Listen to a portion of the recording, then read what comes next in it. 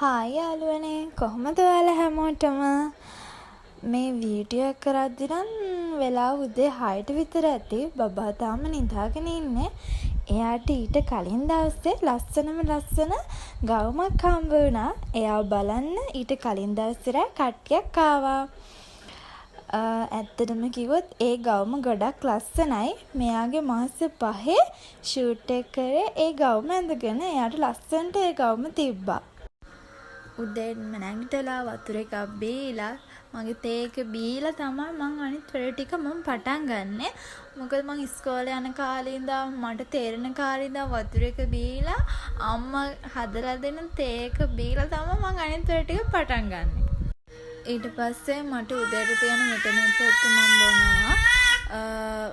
අලුත් ඉපදුන බබෙක් ඉන්න අම්මා කෙනෙක් දන්නවා ඇති අනිවාර්යෙන් අපි බබා ඉපදිලා අඩුම මාස 6ක්වත් විටමින් පෙති හරියට බොන්න ඕනේ. මොකද අපේ කොණ්ඩ යනවා, දත් දිරාපත් වෙනවා, දත් සමව කනවා. ඒවට ඒ කියන්නේ බබා කිරි බොන නිසා අපේ පෝෂණය සම්පූර්ණයෙන් බබාට යන නිසා අපිට තියෙන පෝෂණය දෙන්න ඕන නිසා අනිවාර්යෙන් අඩුම මාස 6ක්වත් විටමින් පෙති අපි ගන්න ඕනේ. ඊට පස්සේ මම බබාගේ රෙදි ටික සෝදනවා. බබා නැගිටින්න කලින් ඒ ටික මට සෝදලා වේලෙන් දාලා තිබ්බොත් ලේසි. උදේම මම අනිවාර්යයෙන්ම මේ වැඩේ කරනවා. මටත් ලේසි. එතකොට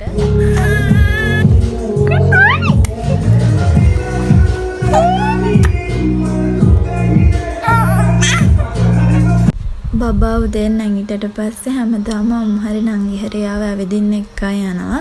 ඒ අතරතුර මං කරන්නේ කාමරේ හොඳට අතු ගාලා පිරිසිදු කරගන්නවා. මොකද බබා නිදා ගන්න කාමරේ නිසා මං හැමදාම ওই වෙලාවට අතු ගාලා කාමරේ පිරිසිදු කරගන්නවා. චූටි බබාලාගේ ප්‍රතිශක්තිකරණය අඩුයි. එයාලට ඉක්මනින් විස බීජ ඇතුළු වෙන්න පුළුවන්. අපේ පියවි ඇසට පේන්නේ නැති සුද්‍රජීවීන් ඉන්න පුළුවන්. ඒක නිසා හැමදාම කාමරේ අතු ගාලා පිරිසිදු තියාගන්න එක අම්මටත් හොඳයි බබාටත් හොඳයි.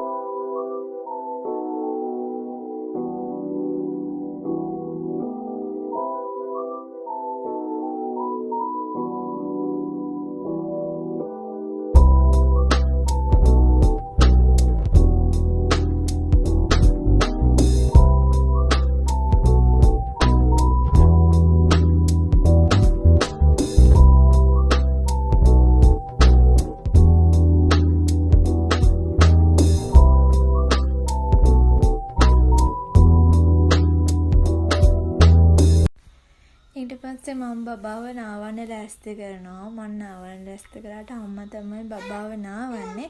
ඒ නාවන අතරතුර මම මේ වැඩේ කරනවා. මම හරි ආසාවෙන්ම කරන වැඩක් තමයි මේක. නාවන අතරතුර පිළිවෙලට යා අඳින ඇඳුම පාවිච්චි කරන දේවල් ඒ ටික ලස්සනට තියෙනවා.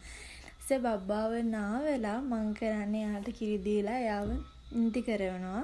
කොහොමත් බබා පැයක් දෙකක් විතර වගේ නාලා නිදා ගන්නවා හැමදාම.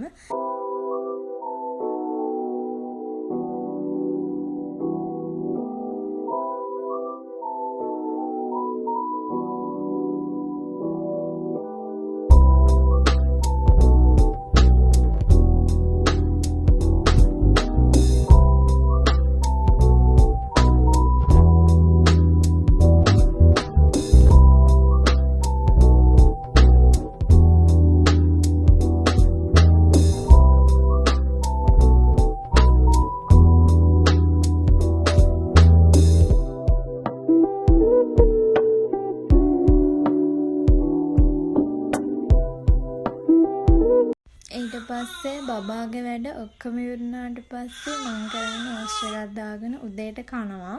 මෙහෙම තමයි මගේ උදේවරු බබත් එක්ක ගත වෙන්නේ. එහෙනම් ආයෙමත් ලස්සන වීඩියෝ එකකින් හම්බෙමු. ඔයාලා හැමෝම සතුටින් පරිස්සමින් ඉන්න. එහෙනම් ගිහින් එන්න. බුදු සරණයි.